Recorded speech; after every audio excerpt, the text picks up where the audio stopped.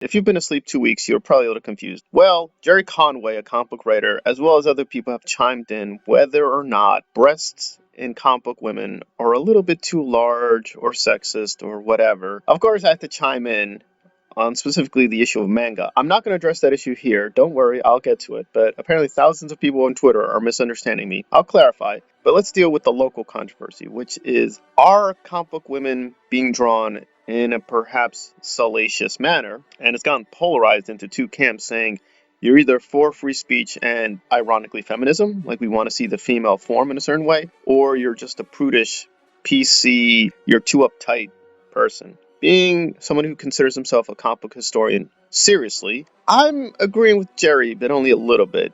I do think if you're careful, and we're going to use Wonder Woman and Buffy as good examples, hopefully, there is an issue here that things have changed. Yes, for the most part, comic book women are full-figured. They usually have big breasts. Yes, from the very beginning.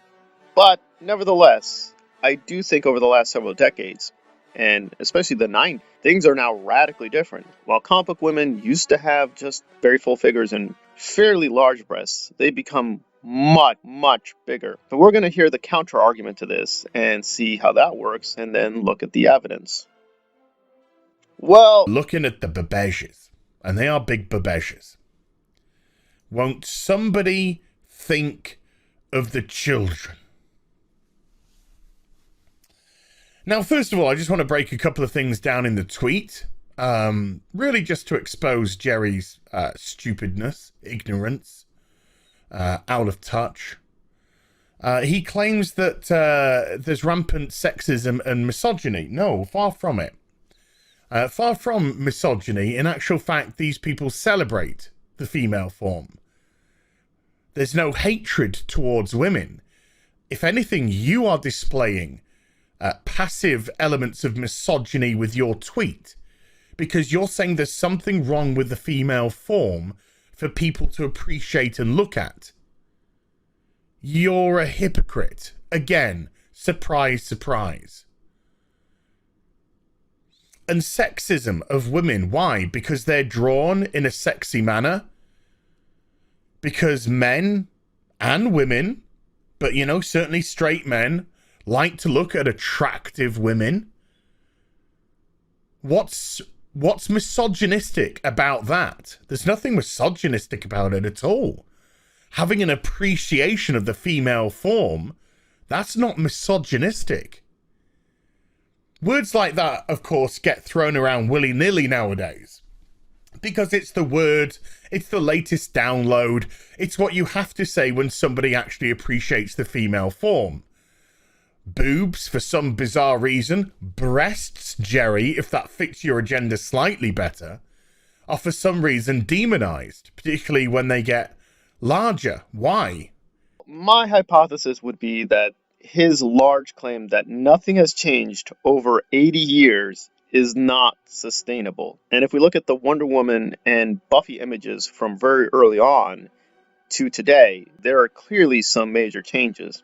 Even with Wonder Woman, again, Wonder Woman always had large breasts, but even up until the 1980s, those breasts, again, contextually made sense with her costume. But even now, more recently, she's huge.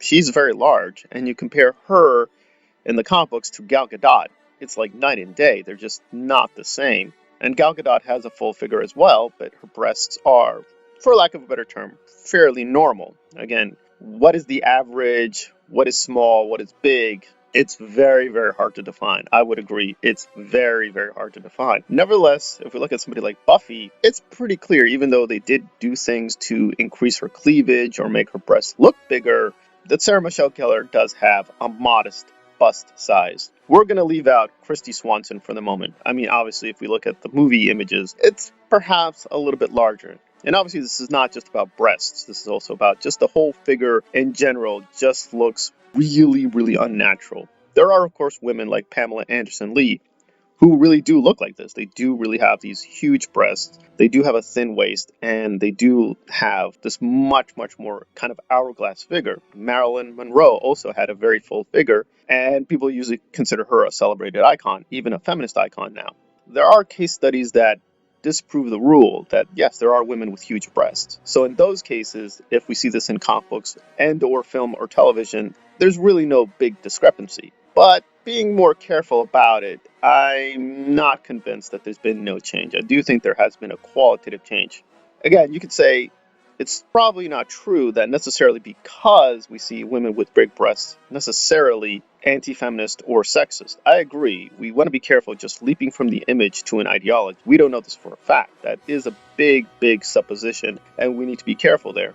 But I'm not sensing that Gerry is entirely wrong. He probably should qualify his statement carefully, but in terms of there being at least some sexism involved, I don't think that's deniable. Clearly, Wonder Woman with these huge breasts is not in accord with how the image originally was made or its intention.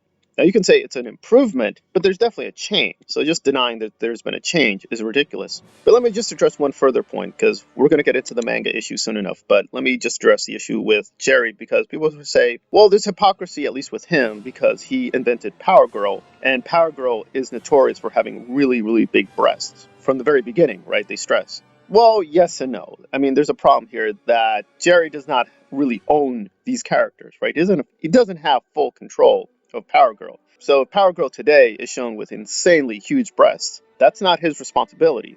And as far as I know, it's speculation that he created Power Girl precisely to show off her breasts. Maybe he did, maybe he didn't. That's kind of an open question. But even if we grant he is personally hypocritical, that doesn't take away from the point.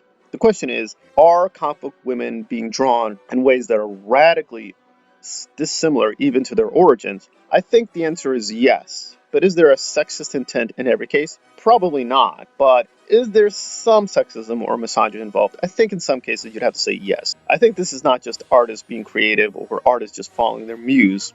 There's probably a very strong commercial pressure now to just show women over and over again with big breasts. Now, to be clear, this is true of men as well, right? There's been a huge shift with men in comic books as well. They're shown much, much more muscular.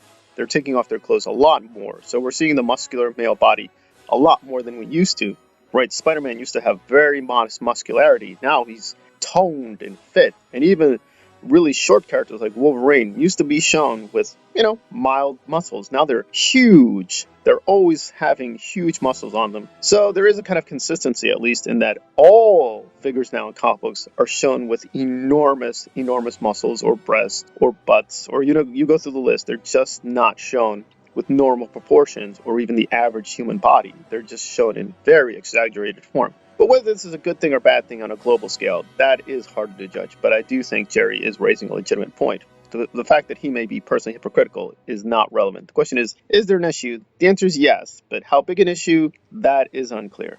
And that's my take on the alleged cheesecake gate, which we're going to delve more into because it is a very difficult issue.